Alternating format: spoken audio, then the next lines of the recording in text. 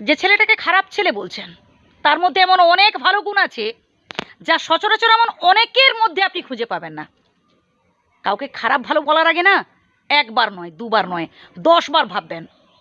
না, ছেলেটা হয়তো ভালো রেজাল্ট করতে পারেনি, সমাজের চোখে বাজে ছেলে, খারাপ ছেলে, রকবাজ, বাউন্ডুলে, থার্ড ক্লাস, এরকম অনেক অনেক খেতাব তাকে পেতে হয়েছে।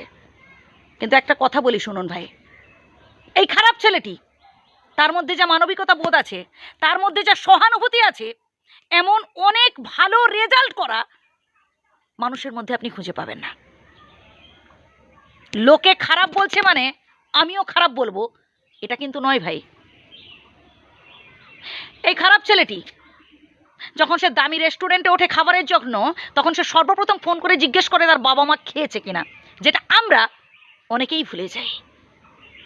আমরা অনেকেই যখন মাথায় হাত পেয়ে যায় না, তখন বাবা মায়ের প্রতি দায়িত্ব কর্তব্যগুলোই ঠিকঠাক পালন করি না। কিন্তু ওই সমাজের চোখে খারাপ হওয়া ছেলেটি, সমাজের চোখে তকমা পাওয়া বখাটে, থার্ড ক্লাস, ওই ছেলেটি না, সে তার দায়িত্ববোধ, কর্তব্যবোধ সে ঠিক পালন করে যায়। সে ভালো মন্দ কিছু খাওয়ার আগে সে তার পরিবারের কথা ভাবে। আমরা অনেকেই যখন পাড়ায় কারোর ঘরে কোনো সমস্যা হয়, যখন বউ শাশুড়ি ঝগড়া হচ্ছে, কিংবা ভাই ভাই কারোর ঘরে ঝগড়া ঝামেলা হচ্ছে, যাই ঝগড়া হচ্ছে, কোটিপতি হতে গেলে ক্লাসে ফার্স্ট হওয়া লাগে না। কোটিপতি হতে গেলে না মনের ইচ্ছে থাকলেই হয়। জীবনে যদি সফল হতে চান, তাহলে আপনাকে অনেক ধৈর্য ধরতে হবে ভাই, কঠোর পরিশ্রম করতে হবে, ওর সমালোচনা শুনতে হবে, লোকের নিন্দা শুনতে হবে।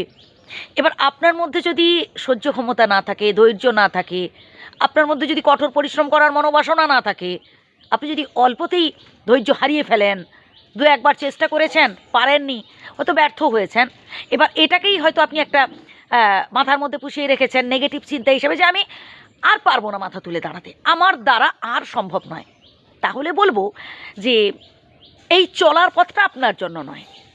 আপনি কোনোদিনও জীবনে সফল হতে পারবেন না।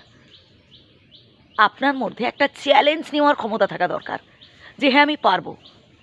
ভাই, লোকে তো নিন্দা তখনই করবে যখন তারা দেখবে যে আপনি ধীরে ধীরে গাছে তুলে দিতে পারে সবাই, কিন্তু গাছ থেকে নামাতে পারে কজন?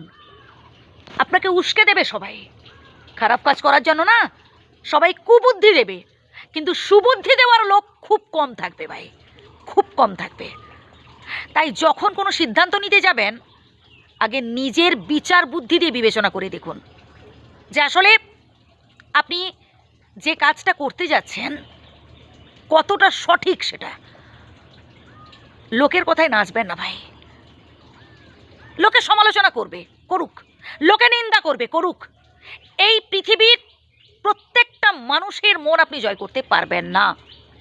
সে আপনি যতই ভালো কাজ করেন না কেন, কিছু কিছু মানুষ থাকবেই যারা আপনার সমালোচনা করবে, যারা প্রতি পদে